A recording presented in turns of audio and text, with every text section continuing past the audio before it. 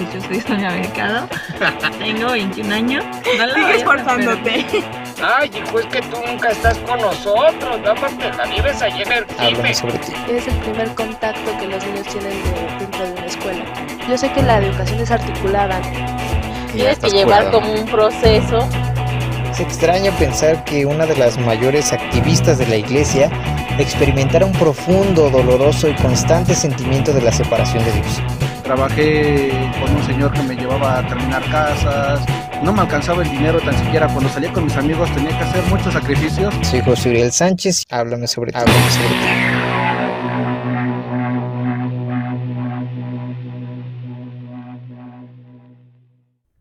Hola, muy buenas tardes a todos. Bienvenidos a un episodio más de Háblame sobre ti. En esta ocasión tenemos un invitado de lujo. Para mí es muy gratificante que haya aceptado la invitación. Tenemos con nosotros a Gaby. Ella está estudiando la licenciatura en educación. ¿Sí, Gaby? No me equivoco, ¿verdad? Sí, en Licenciatura en educación educación preescolar. En una escuela normal aquí en Toluca. Y quisimos hablar de este tema,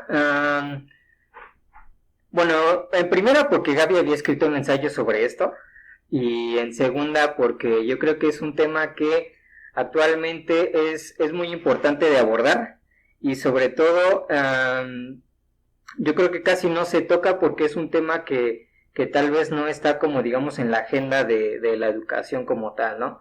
Entonces, pues muchas gracias por aceptar la invitación, Gaby. Estuviste presente por ahí en un en vivo que estuvimos haciendo con la maestra Lupita. Y tu prima, la maestra Lupita. Y pues veía que comentabas ahí muy animosa. Entonces, eso me llama mucho de la gente, me llama mucho la atención eso, que no se queden como con lo que tienen ahí, que lo puedan expresar y que lo puedan decir abiertamente. Entonces, pues muchas gracias Gaby, algo que nos puedas contar sobre ti. Gracias a ti por invitarme, la verdad, mi primo me ha dicho, ¿qué tal si te habla, Y yo dije, chin, ¿para qué dices esos comentarios? Pero no, la verdad me gustó que me hayas invitado. Tengo muchas cosas que decir sobre el tema, me gusta este tema mucho, entonces, pues gracias por invitarme y un placer estar contigo. Gracias, Gaby. Bueno, oye, cuéntanos. Sí, eso es lo que te iba a decir. Cuéntanos un poquito de ti. Vale, te platico. Bueno, tengo 21 años, voy a empezar a cursar el ¿Quinto semestre, el quinto semestre de la licenciatura en educación preescolar. Estudio en una normal y es algo que me apasiona muchísimo. Y es una carrera, aparte de que es muy bonita, te da muchos pues reconocimientos, principalmente por tus alumnos, no tanto por la sociedad, pero sí por tus alumnos. Y pues ya en pocas palabras creo que sería eso. ¿Cuáles son tus pasatiempos, Gaby? ¿Qué te gusta hacer fuera de la escuela? O sea, ¿cómo te diviertes? Híjole, fuera de la escuela, bueno, en realidad me gusta estar con mi familia, principalmente estar con mis amigos, y todo lo que se tenga que hacer con ellos me encanta hacerlo, ya sea ir a fiestas, ver películas, ir al cine. Con mi familia somos mucho de ir al cine, amamos ir al cine, y ahorita que están cerrados, híjole, no hemos podido ir, entonces sí nos pesan, pero me gusta hacer de todo, me gusta cocinar, me gusta estar en la cocina, me gusta hacer como manualidades, pero eso tengo como que mis ratos. Había un tiempo que estaba bordando y después lo dejé. Después hubo un tiempo que pinté mi pared y ya, se me acabó eso. Entonces como que eso es por ratito, pero cocinar sí me gusta. Y que de hecho eso es muy de maestros, ¿no? También el hecho de hacer pequeñas cosas, manualidades y cosas así. La verdad es que yo nunca fui de eso. Cuando estuve en la normal, nunca jamás en mi vida me gustó hacer ese tipo de cosas, ni siquiera cuando exponía, o sea, hay veces que por ejemplo los maestros no te dejaban proyectar en el pizarrón o cosas así, entonces tenías que llevar un papel bond así a la escuela antigua, y a mí me chocaba porque si ni siquiera me gusta hacer la tarea, menos me gustaba hacer esas cosas así a mano, ¿no? Pero bueno, la verdad es que admiro a los maestros que sí lo hacen, porque vamos a tocar ese punto, porque yo creo que la creatividad forma parte de lo que es el maestro. Y yo creo que, si me lo permites, Gaby, voy a empezar a ondearme, ya que me estoy carrereando un poquito. Yo creo que la creatividad, Gaby, también forma parte como de la identidad docente como tal. Y yo creo también que en estos días, no sé qué es lo que piensas tú, tal vez sí hay formas de mostrar la creatividad en cuanto a las clases, por ejemplo, las clases virtuales y todo ese tipo de cosas. Sin embargo, creo que hay una limitancia para que el maestro, el docente pueda demostrar su creatividad de una manera pues total, ¿no? O sea, no sé qué es lo que piensas tú, yo creo que sí hay una limitante, que en este caso es la tecnología. Quizás sí, como lo mencioné en mi escrito, la tecnología a veces se llega a malinterpretar de dos formas. Una, pues de que el simple hecho de que la tecnología dicen que lo tiene todo. Y quizás a mi punto de vista no lo tiene todo. Sí es una muy buena herramienta que nos da mucha información, tanto buena como mala, pero ya queda en nosotros cómo la podamos utilizar. Y otra, por ejemplo, en un punto que tú tomas, nos llega a limitar a los docentes a ser creativos, a utilizar ciertas estrategias que en el aula utilizamos y que quizás frente a una pantalla no podamos utilizar. Pero, bueno, por ejemplo, yo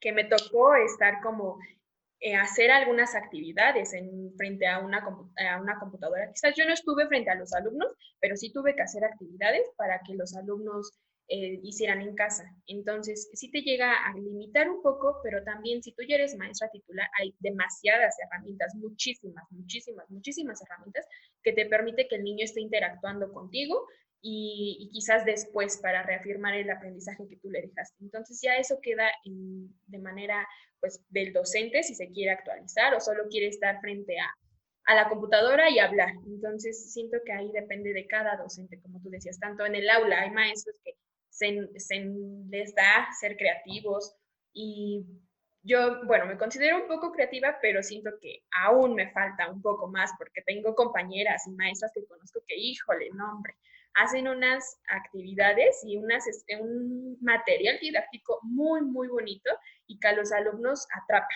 Y hay otros santos que a lo mejor son a la escuela pasada, que solo es escribir o dictar o hablar. Entonces siento que eso ya depende de cada uno, tanto en esta situación como estando en aula presente. Oye, Gaby, pero por ejemplo, en este caso, en cuanto a, digamos, el docente como tal, como que hay que construirlo de una forma que tal vez pareciera no tiene como un modelo, como un molde, por así decirlo, ¿no?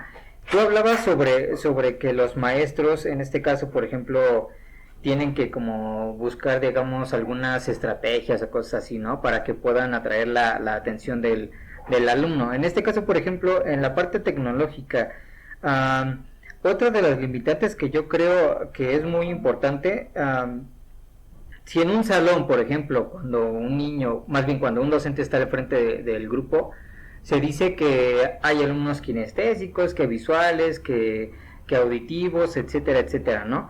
Entonces, si de por sí en el salón de clases se tenían que adaptar a ese tipo de cosas, que este alumno que es kinestésico, que enseñale de otra forma, que este alumno es visual, que tiene que enseñarle de otra forma, ¿cómo le vas a enseñar a un alumno que es kinestésico, que es que es audiovisual, que es visual, en una pantalla como en esta que estamos teniendo ahorita, en una computadora? O sea, como que esa limitante ya no entra, o más bien tendría que haber estado dentro de este marco de identidad del docente.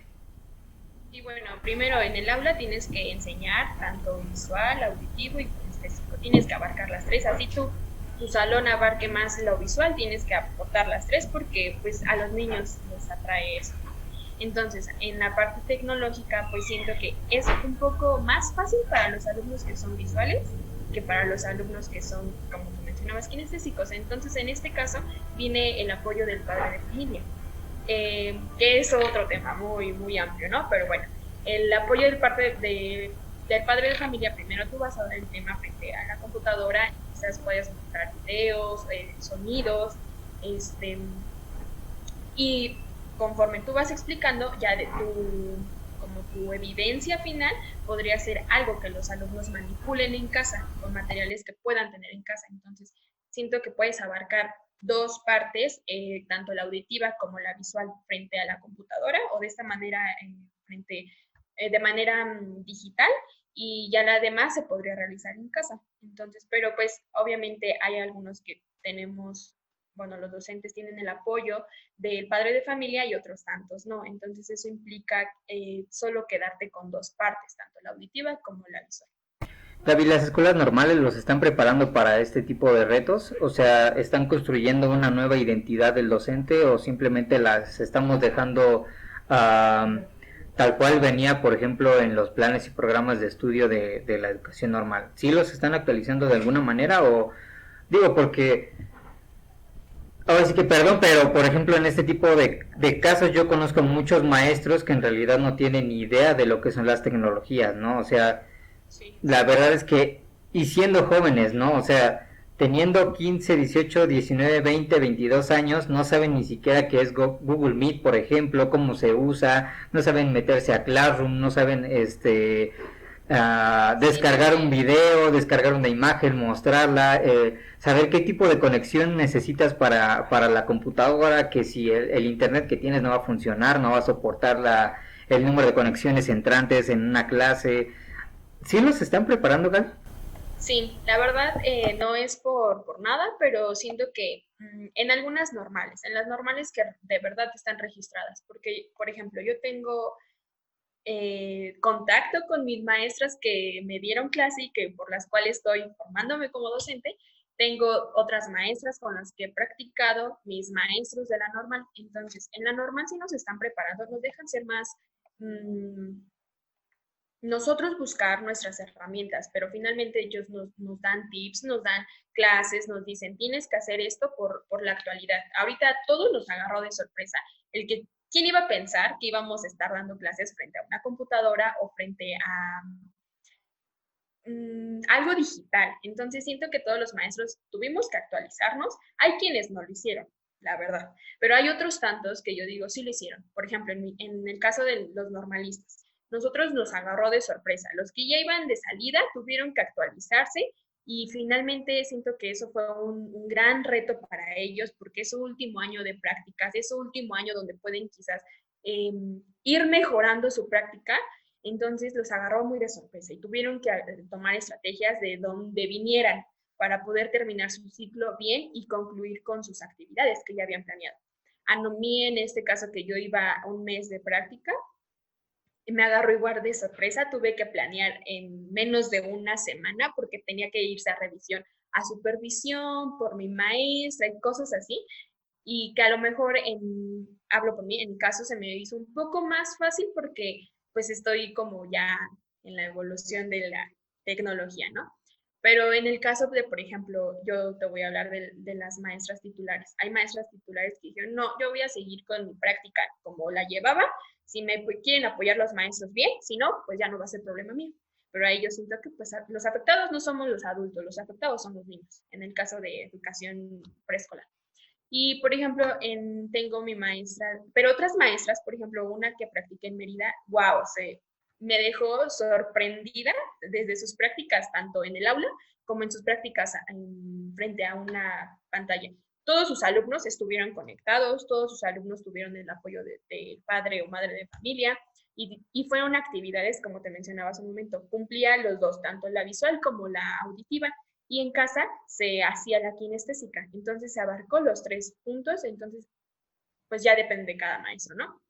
Y otros tantos, por ejemplo, mi maestra de primaria, tomó cursos, que es su último año, o sea, se jubila, imagínate, o sea, en su último año tomar cursos para que pudiera terminar su ciclo bien y con alumnos que tenía 6º año, entonces imagínate, los tenía que preparar para pues ingresar a la secundaria, entonces fue un reto todavía más grande porque tenía que prepararlos para lo que venía, que quizás, bueno, no tuvieron examen los alumnos, ¿no? Pero aún así no pueden entrar como de, ya, lo que aprendieron durante el medio ciclo que tuvimos, pues no. Entonces ya depende de cada maestro. Y siento que en la normal sí nos están preparando para eso. Tanto los que llevan de salida como los que empezaron. David, ¿quién forma la identidad docente? Nosotros. En este caso, por ejemplo, estabas hablando ahorita de la normal. La normal como tal es el que les está formando la identidad docente. El Estado es el que les forma la identidad docente porque, vaya, por ejemplo, la normal les brinda como el contenido, las bases, digamos, ustedes van aprendiendo conforme van viendo de sus maestros, cómo dan las clases ellos. De hecho, ustedes mismos se empiezan a dar cuenta, el maestro está haciendo esto, el maestro está haciendo la otra cosa, ¿no? Entonces, pero ustedes conforme a todo eso van formando su identidad, y es lo que tú también decías en tu ensayo, que es como, digamos, una construcción un tanto dinámica que se mueve por diferentes ámbitos, ¿no?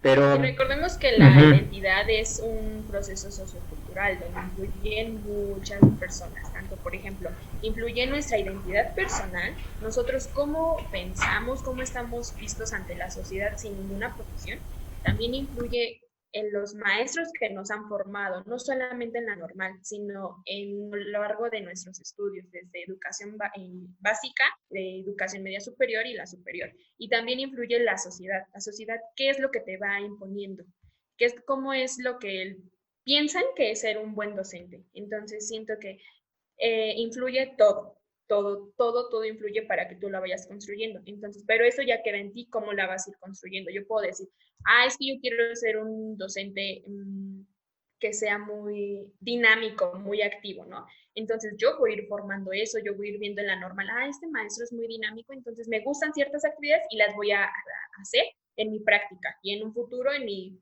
actuar docente. Entonces influye mucho, pero ya queda en ti que vas a ir agarrando de cada actor sociocultural. oye, Gaby, pero por ejemplo, en este caso tú decías de que la identidad es algo sociocultural. ¿No crees que, por ejemplo, de alguna manera la sociedad les impone como a los docentes la manera como, digamos, deben de pensar y de actuar? Y en este caso yo creo que también el Estado de alguna manera impone la actividad y el desarrollo que van teniendo los docentes, porque si te das cuenta, por ejemplo, bueno, voy a poner un ejemplo. Cuando yo estaba estudiando en la normal también, recuerdo que fue cuando estaba muy fresco el tema de los 43 normalistas de Ayotzinapa. Entonces, en ese entonces me acuerdo que varios alumnos que en ese entonces eran mayores, estaban ya en los últimos grados, de alguna manera hicieron carteles y cosas así y los pegaron afuera de los salones, ¿no?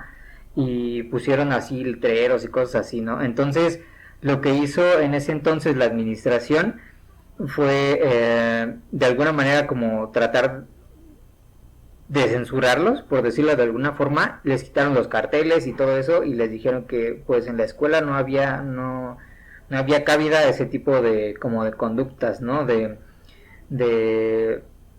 pues ahora sí que como de expresión, de queja, se me fue la palabra, ¿no? Pero era porque precisamente todavía estaba el sexenio de Enrique Peña Nieto, ¿no? Entonces, ahorita, por ejemplo, dame un segundito. En esta parte, para que ya termine, en la parte de la sociedad, el docente se vuelve como un personaje multifuncional, ¿no? En el cual el docente es el médico, el docente también es el psicólogo, el docente también es el papá, incluso el padre de familia, y y entonces hay como una imposición de que el docente tiene que ser todo eso, más no algo que tal vez por sus convicciones o porque él quiera lo va a ir como desarrollando. Entonces, el docente en este caso sí desarrolla esa, digamos, esa identidad porque él quiere o porque de verdad externamente le están diciendo que tiene que ser eso.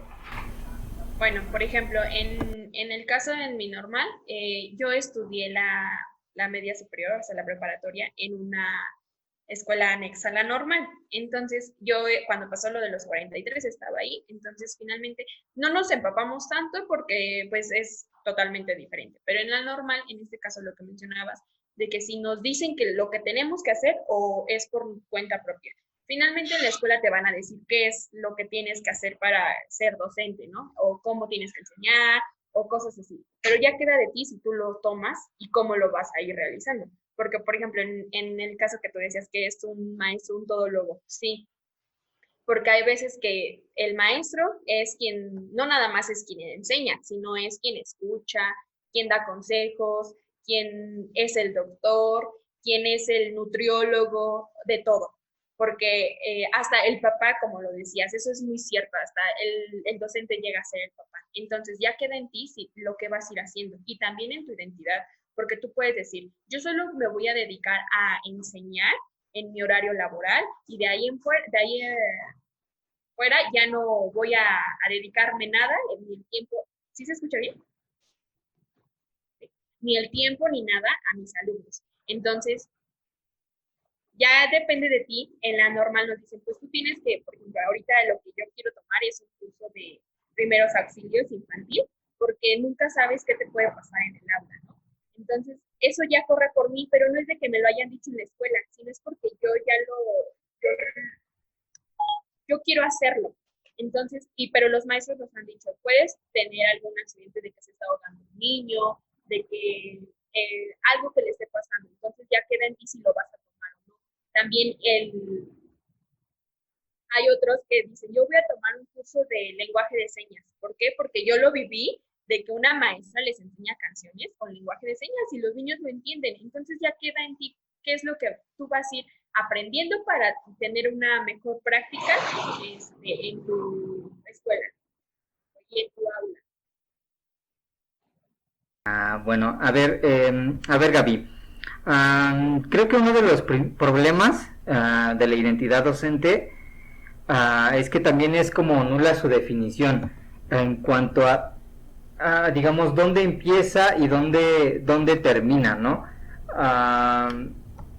Pero haciendo referencia al actuar docente, o sea, ¿dónde tiene que empezar a actuar el docente y dónde debe terminar el docente? Y es que, bueno, traté de buscar como varias fuentes o varios lados de información donde diga dónde empieza el actuar del docente y dónde termina, pero parece que no hay ningún consenso en el que diga, oye, ¿sabes qué? Aquí en cuanto ves que este niño tal vez tiene déficit de atención o algo así, tú debes actuar ahí, ¿no? Y termina en cuando el niño no quiere hacer su tarea, porque ahí ya le toca a los padres. Entonces, este mundo de identidad creo que tiene ese pequeño problema en cuanto a no sabes dónde empieza y dónde termina. ¿Tú qué piensas de ello? Bueno, por ejemplo, en la normal nos dicen, tu actuar docente es en tus horas clase, pero eso no implica de que no vas a estar trabajando después de horas clase. Tu actuar docente es frente a los alumnos en tu horario laboral. Y después de eso tú tienes que seguir preparando tus clases, preparando tu material, quizás calificando, porque a lo mejor muchos que piensan que en preescolar no se califica, pero sí se califica, a lo mejor no con una escala numérica, pero sí. Entonces, tu actuar docente con los alumnos es en el aula, cuando estás con ellos, cuando te tienes que dedicar con ellos porque finalmente es tu trabajo. Entonces, ese es tu actuar docente, pero después de eso también tienes trabajo tú como docente, tanto cumplir con la gestión escolar, tanto cumplir con tus alumnos, tanto cumplir con quizás algún material y cosas así, pero el hecho de que no quiere decir que ya te vas a desapegar de tus alumnos, no, pero eso es muy cierto lo que nos dicen en la normal. En la educación básica quizás tus problemas no los tienes que llevar, los problemas en el aula o las circunstancias que estén, no los tienes que llevar a tu casa, porque finalmente es marcar una línea, que es, y yo lo veo muy diferente, por ejemplo, en media superior y superior, lo noto más, por ejemplo, con los maestros de la normal. Los maestros de la normal trabajan 24/7 o los maestros de universidad trabajan todo el día, así su horario escolar sea, por ejemplo, a las 7 de la mañana a las 4 de la tarde, ellos siguen trabajando después, y más si están de que las alumnas ya se van a graduar, tienen que realizar tesis, tienen que realizar todo. Entonces, en educación básica siento, bueno, en mi punto de vista es muy diferente a media superior y superior. Pero entonces ahí decía, bueno, tocas el tema que yo te decía, como tal no hay una limitación, una limitante que diga la identidad docente tiene que ser conforme a lo que tú creas o a lo que, o al final de cuentas recae en lo que tú creas o en lo que tú consideres bueno o malo, ¿no? Sino que se tiene que adaptar, yo creo, a las necesidades, o más bien se adapta forzosamente a las necesidades sociales o las necesidades también del Estado. Porque, por ejemplo, varios maestros ahorita, bueno, en este periodo de pandemia, se han visto forzados a estar pendientes 24 horas al día también, porque el niño manda su tarea, que porque no sé qué, que no se puede inscribir y que ya la mamá ya le está escribiendo al maestro, perdón, que no saben cuándo inicia el ciclo escolar, no van a saber ni cuándo termina, que si hay clases, que si no hay clases, o sea, el maestro está constantemente como, digamos, bombardeado de preguntas, de solicitudes por parte de los papás e incluso también por parte de las escuelas, ¿no? El director tal vez está constantemente ahí pidiendo información, pidiendo planeaciones, pidiendo pues muchas cosas, ¿no? Entonces, yo creo que sí cada uno tiene la elección, o digamos, a fin de cuentas cada uno puede decidir si es bueno o es malo para su identidad o no, pero yo creo que sí hay un pequeño forzamiento en cuanto a la construcción de la identidad. Yo siento... Y espera, una última cosa para que también puedas construir más tu idea. También hay otro punto que decía un autor que se llama Larson, si no mal recuerdo, que él hablaba sobre la intensificación de la docencia.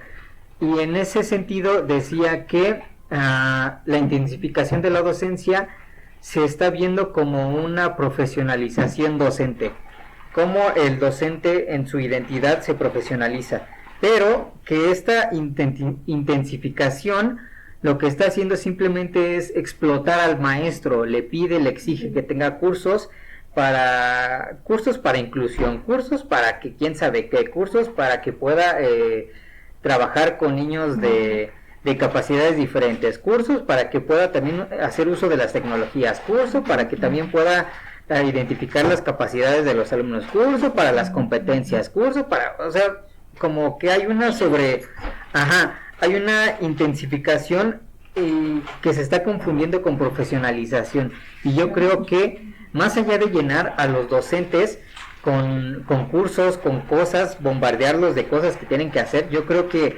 hay de alguna manera que profesionalizarlos en lugar de intensificar su labor.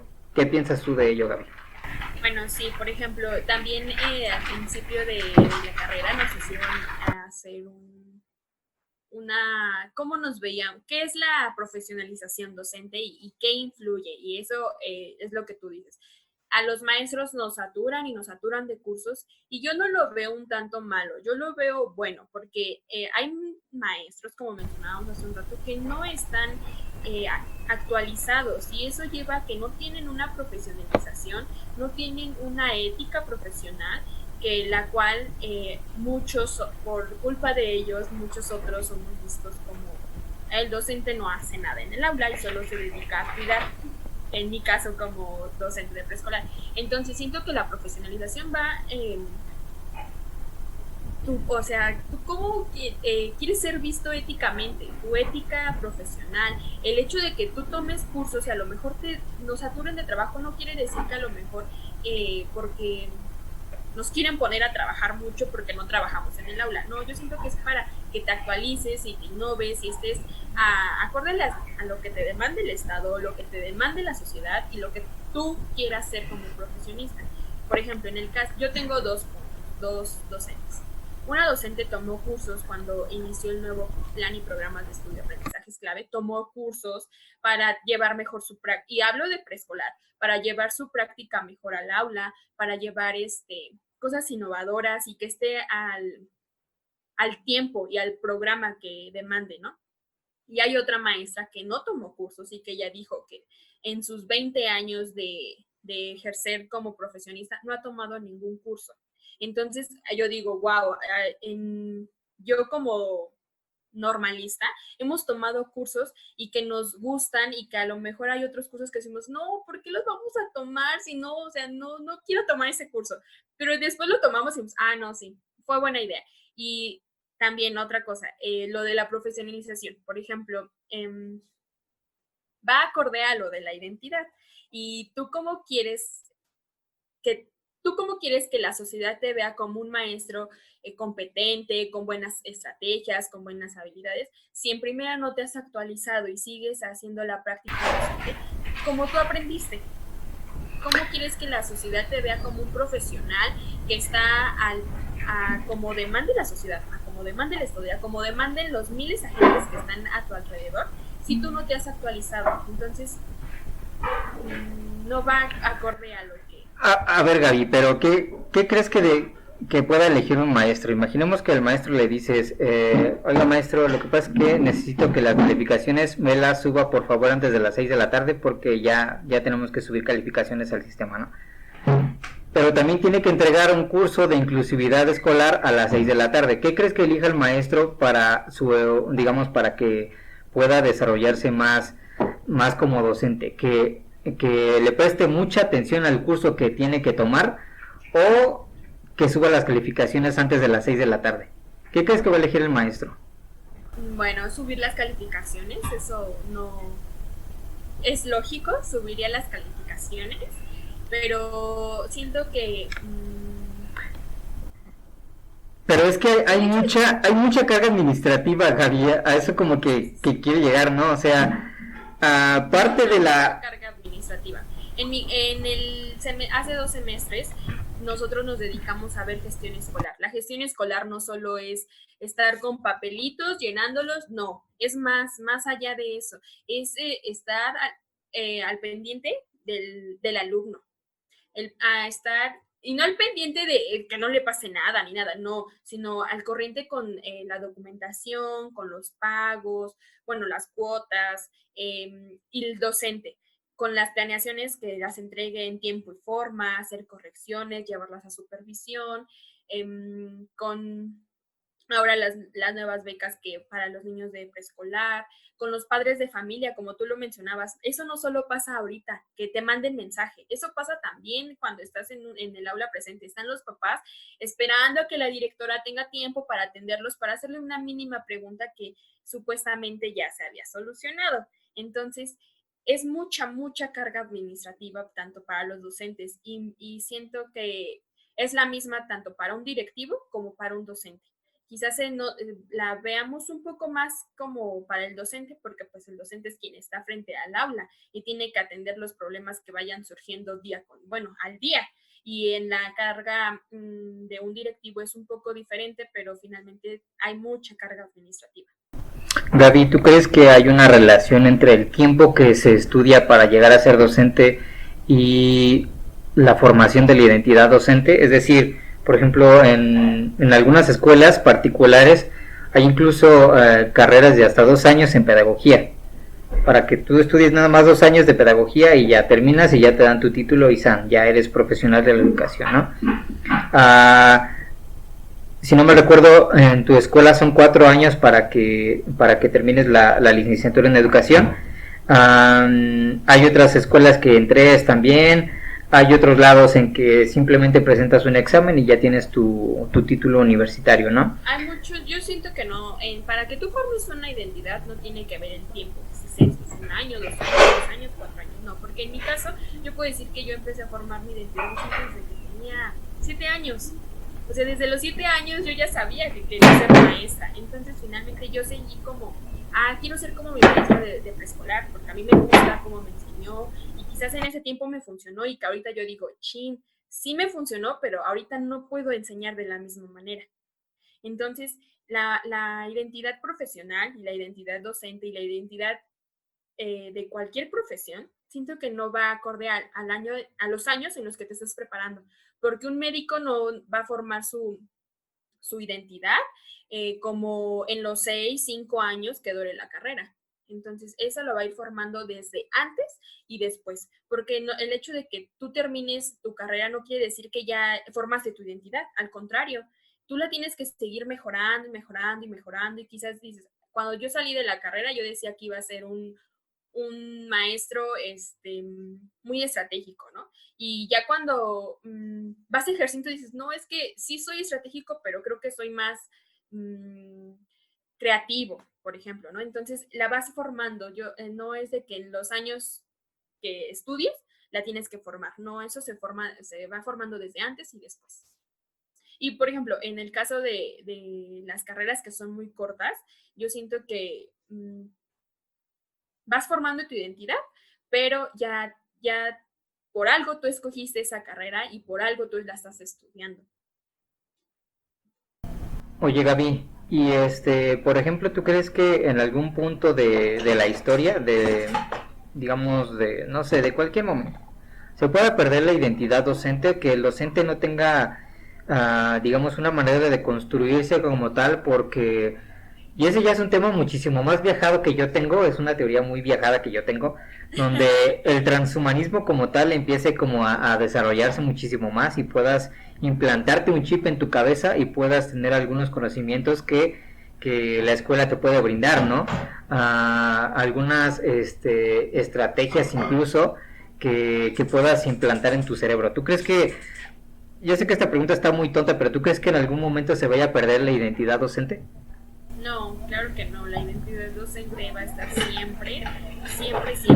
A lo mejor ahorita nosotros yo como normalista me estoy formando de diferente manera a como mis maestros en la normal se formaron.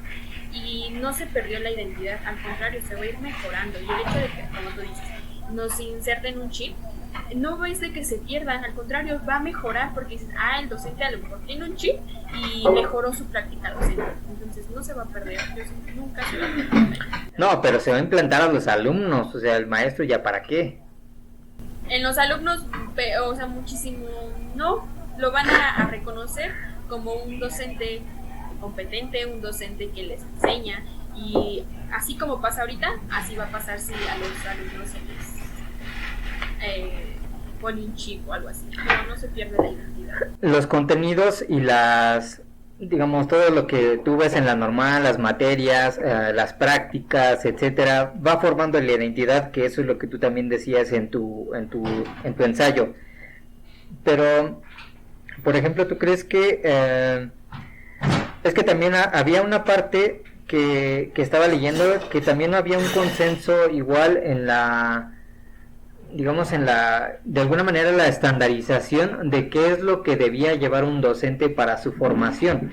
O sea, no hay, por ejemplo, como un acuerdo como se da, por ejemplo, en la medicina, ¿no? Que todos vamos a hablar de anatomía, vamos a decir estos puntos y estos puntos, ¿no? Fisiología, biomédica, y etcétera, etcétera, ¿no? Entonces, para el docente veía que no había como un acuerdo como tal establecido en cuanto a los contenidos que había que tomar un docente para su formación. O sea, en una escuela, en la UPN, pueden estar tomando cursos distintos a los que tú llevas, y que tal vez después esos cursos ya no van a ser funcionales para tal vez el actuar educativo, ¿no?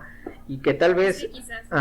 Los pedagogos son más teóricos y tienen mucha teoría, y los normalistas tenemos teoría y tenemos práctica, que es cosas muy diferentes, ¿no? Entonces yo digo... ¿Te estás diciendo que los normalistas son más chidos? Sí, la verdad sí, los normalistas somos mejores. Eso es todo, Gaby, eso es todo. Pero, como tú decías, no llevamos los mismos cursos ni las mismas materias, pero finalmente llevamos relacionado con la educación. Entonces, a los normalistas no se nos va a dar como una lista tal cual de los puntos que tenemos que seguir, porque no nos las pueden dar, porque en el aula pueden pasar miles de circunstancias, y con mis compañeras, aunque estemos en el mismo grado, son totalmente diferentes los grupos. Entonces, el curso que nos imparte en la normal es el mismo.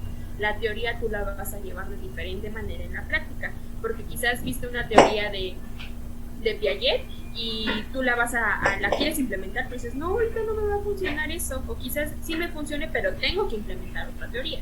Entonces, la teoría va a ser la misma, pero la práctica va a ser siempre diferente, al igual que tanto la teoría como las estrategias, la dinámica, el material didáctico. Tú puedes llevar un super mega material que tú dices, wow, ya con esto hice mi clase, perfecto. Y tú llegas a tu aula de clases y dices, no me está funcionando, a pesar de que es el mejor material, no me está funcionando. Y quizás yo le preste ese material a una compañera o haga el mismo material y a ella sí le va a funcionar. Entonces, es diferente por el grupo, pero la teoría es la misma. Gracias, Gaby.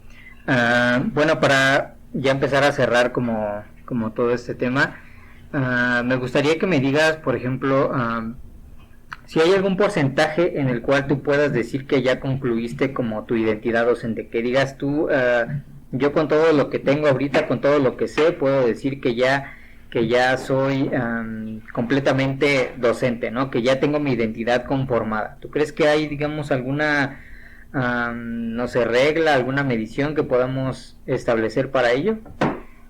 No creo que haya una regla, porque yo puedo decir ahorita, yo me siento y me veo como docente, pero no la tengo bien desarrollada.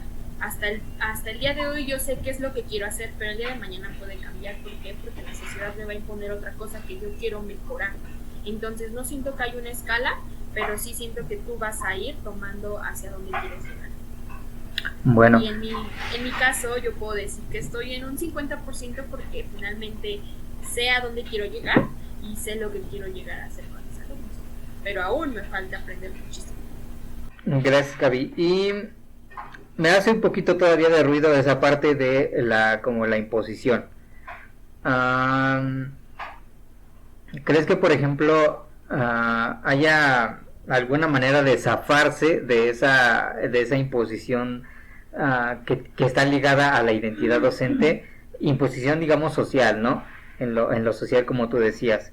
Porque antes en la vieja escuela sí había como una postura firme, ¿no? En la cual los maestros decían qué se iba a enseñar, cuándo se iba a enseñar y cómo se iba a enseñar, ¿no? No había como que decía, ay, oye, este niño es kinestésico, este niño es visual, entonces hay que enseñarle de diferente forma. O sea, no había como eso, sino que los maestros decían, aquí es el contenido, yo lo estoy mostrando, cada niño se tiene que adaptar a lo que yo estoy diciendo, a lo que digamos, a lo que yo estoy compartiendo. Y si no se adapta, simplemente pues ya, vaya, ¿no? O sea, no es como que ya no encontramos que no tienes capacidades, entonces pues ya, ahora sí dale permiso a los que vaya circulando y vayamos dándole permiso a los que tal vez sí la tienen. Sí, como, bueno, sabemos que en el aula se encuentran de todo tipo de alumnos, ¿no? Unos que quizás aprenden muy rápido y otros que no, pero eso no quiere decir que el que aprende un poco más lento no pueda aprender, sino tenemos que nosotros como docentes nuestro actuar es buscar estrategias, buscar dinámicas para que el alumno logre el aprendizaje esperado que el plan y programa impone. Entonces, bueno, en el ensayo que hice sobre la sociedad yo puse que, bueno, un autor, Bayard, dice que el cambio social ha transformado profundamente el trabajo de los profesores, su imagen y también la valoración hacia su tarea. La sociedad principalmente valora el trabajo del docente, pero eso no quiere decir que el docente va a decir, sí toma en cuenta lo que la sociedad le impone, pero lo que la sociedad le impone, pero no quiere decir que va a hacer lo que la sociedad dice, sino va a decir, la sociedad no le está pareciendo mi actuar, pues ahora lo voy a mejorar. Y conforme yo tengo mi identidad y conforme yo tengo mi filosofía y yo tengo mi dinámica de trabajar, voy a seguir haciéndolo, pero ahora lo voy a demostrar a la gente para que sea valorado. Y en este tiempo, bueno, en esta pandemia, la verdad yo siento que se les dio un buen valor a los maestros y que yo digo, wow, por fin, ¿no? Por fin un logro se hizo y de que valoraran el trabajo de los docentes. Y más en educación básica. Gracias, Gaby. Me sigue haciendo ruido todavía, pero yo creo que lo vamos a dejar para una siguiente ocasión. Sea como ya, digamos, ya más o menos ya tenemos el tiempo del episodio. Pues te agradezco mucho, Gaby. Me da mucho gusto que sigas en este caminar, en este actuar, en este sendero de la docencia que es, como te das cuenta, bastante complicado. Nosotros solamente hablamos de identidad docente, pero hay un sinfín de temas de los cuales podemos estar ahorita hablando y que tal vez no se habla, ¿no? Y que yo creo que los docentes también tienen que meterse a esta dinámica de filosofar un poquito más sobre los problemas que acontecen en cuanto a la docencia, en cuanto a la educación, porque se hablan, pero parece que todos nos indignamos nada más, pero no hay como estrategias o no hay como algo que diga, oye, vamos a hacer esto como tal, ¿no? Entonces, pues me da mucho gusto que hayas aceptado la invitación y pues nada. Gracias a ti por invitarme. No pensé que esos comentarios en unos episodios, en el episodio anterior y episodios anteriores, me tuviera aquí ahora como invitada. Hacen mucho ruido los comentarios, Gaby, siempre van a hacer mucho ruido los comentarios, entonces... Sí, como yo digo en mi casa, yo siempre voy a defender a los normalistas y a los maestros, porque finalmente para allá voy. Sí, exactamente, si no defiendes a los obviamente tuyos, ¿quién? Hay quienes se pueden defender y hay quienes dicen, no, pues ni cómo defenderte, ¿verdad? Sí, ni cómo ayudarte, chavo, ya. Exacto. Ya estás en otra onda. Pues muchas gracias, Gaby, gracias por este espacio y pues no sé, algo que quieras comentar para finalizar, Gaby. Pues me gustó estar aquí, gracias por la invitación nuevamente y quien nos escuche, quien quiera ser maestro, pues es una profesión súper bonita y la recomiendo al 1000 y más la de preescolar. Perfecto, pues muchas gracias a todos. Gracias por este tiempo también. Recuerden que hay muchos más episodios también como este que los pueden escuchar también en la lista de reproducción, o si los están escuchando en Spotify, si los están escuchando en cualquier lado, pues muchas gracias, ¿no? Por todo. Gracias a todos y que tengan una excelente tarde. Bye, Gaby. Bye. Háblame sobre ti.